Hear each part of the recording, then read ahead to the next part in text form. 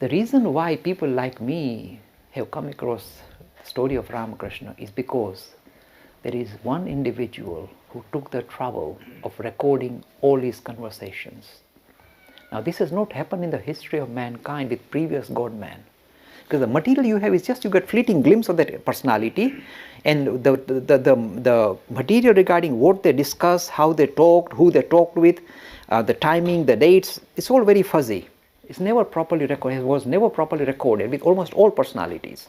Suppose you want to look at Krishna's life story, you say, was the Bhagavad Gita really preached on the battlefield? It would take hours, and the armies would get fed up standing around. It couldn't be real. So you see, when you look at all these various conversations in the ancient scriptures, who said it, when they said it, which godman said it, are we sure about the accuracy? It's always suspect, and you must be aware that it is suspect.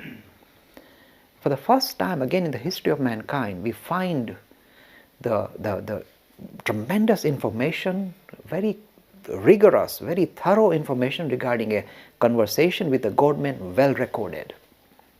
So the personality I'm going to talk about is this personality who took the trouble of meticulously, whenever he visited Ramakrishna, he would take his diary with him and write down, scribble away. And sometimes if some bits were missing, when he goes home, he will think about the whole conversation that took place while he was there and try and repeat in his own mind until he gets the right word. Then he would put it in. So I'm going to do the story of the author of the Gospel of Sri Ramakrishna, who was one of his household disciples.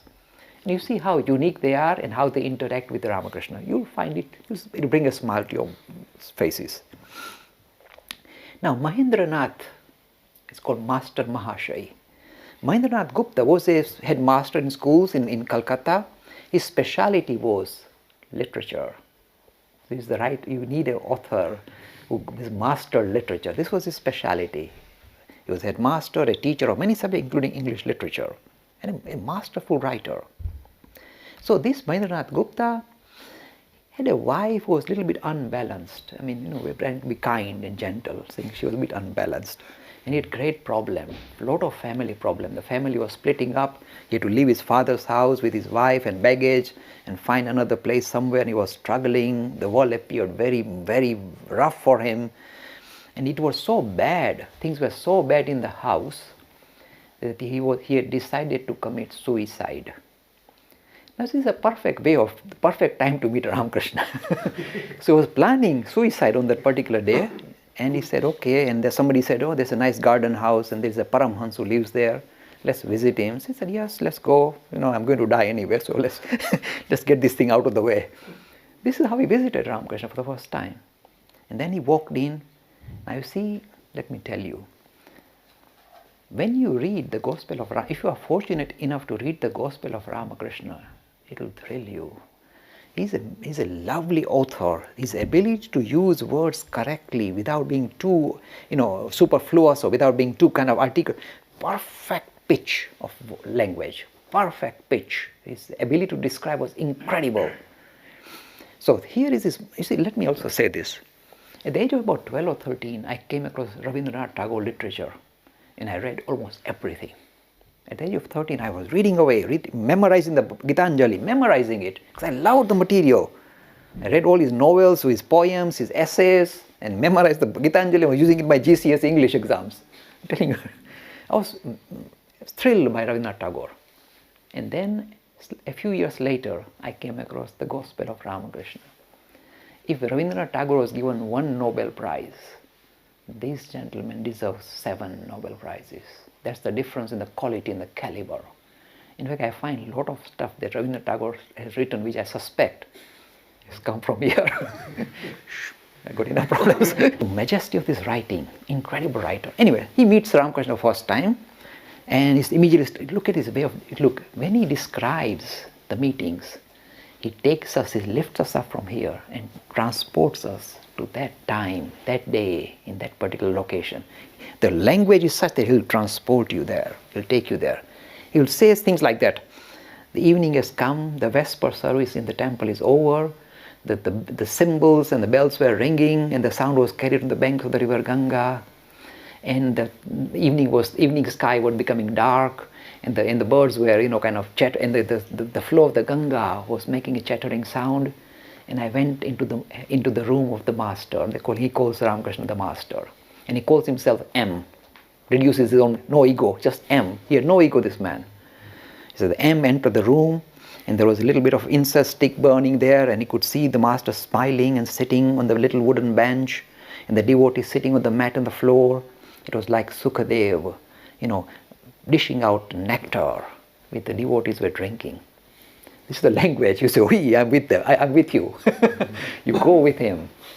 And then meticulously would actually write up all the conversations that were taking place between Narendra and Girish Chandra Ghosh, and they're all there. And they're talking with the master, and talking amongst, writes everything, or memorizes, and goes home and writes it down rigorously. An unusual thing is, every time look, let me do the story first before I get caught up with the story writing. Second time when he visited Ramakrishna, you see, once he met him, his idea of committing suicide disappeared. He said, I've met a God-man here. This is something special. He draws me. This man draws me like a magnet. Must visit him again. Next time we visited him when there was nobody, no other devotees were there, and Ramakrishna was getting, a barber was shaving Ramakrishna, and he was standing. And he came to visit him, he paid his respect. And Ramakrishna asked him, where do you come from? Okay. Then he said, are you married? Naughty man, this uncle. And this man said, yes. And jumped up, he's married. He told the barber. And he says, if he committed a heinous crime, motu pap ki rohe, he's married. He said, oh. And they continue shaving. Then he said, have you got any children?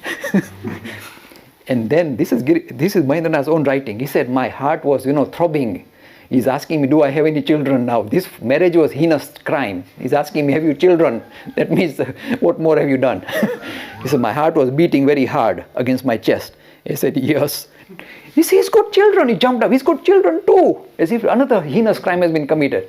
And he said, I was feeling very he said, what have I done? Why is he treating me like this? But you see, he was building up very close link with this Mahendranath.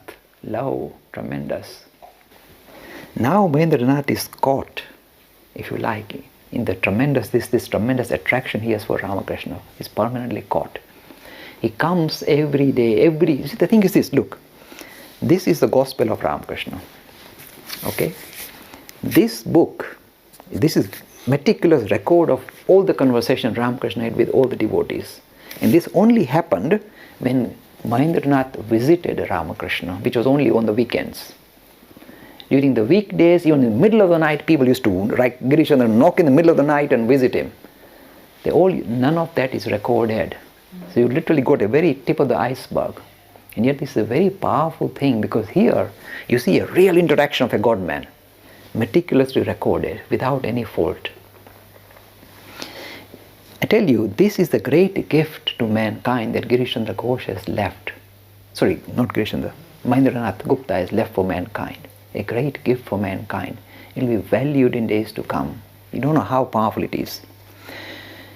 When I gave this book, say, to Sita, my daughter, and she read through it, a lot of the stuff that we have in the books, primary and secondary Hinduism books, has come from those. The stories are recounted there. The idea of ice and water, they're all coming out from this gospel. So this book is being used now to promote this wider vision of Hinduism into the education system. Just a bit of digression you're going to tell me of. We visited Mahendranath Gupta's house about 2 years ago in Calcutta. It's a kind of very tall structure with used to be a little classroom or school on the ground floor, and he lived in a single room near the terrace.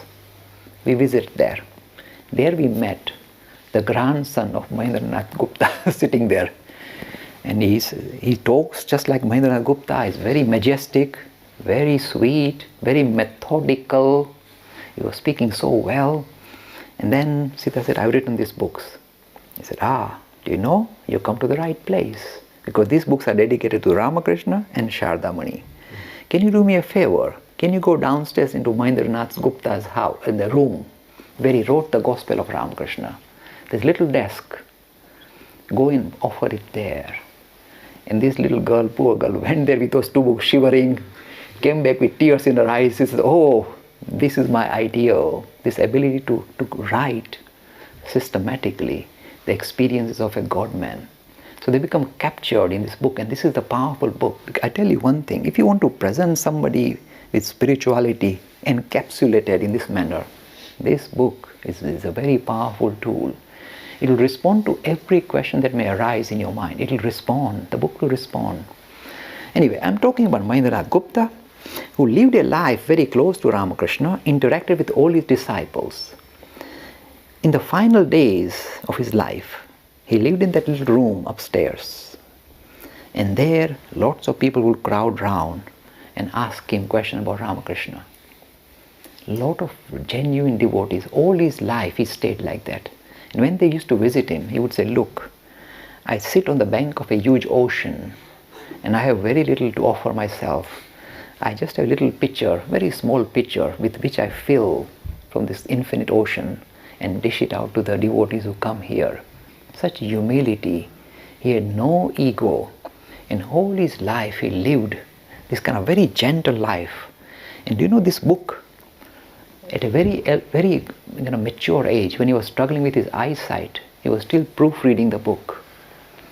And the book was not written, not printed in his lifetime. He finished the last proofreading of the last chapter and passed away before the book was published. You see, his whole life was dedicated to this grand personality that he came across. And he knew, the thing is this. There's a very nice story that Ramakrishna did. He said, a salt doll went to measure the depth of the ocean. A doll made of salt went to measure how deep is the ocean. The moment it starts entering the ocean, it begins to melt and disappear. This is the story of Mahendra, Nath. The moment he comes near, he loses his own individuality. It merges in the, if you like, in this kind of grand ocean of spirituality. And this is very visible in the way he presents the story of Ramakrishna in this book.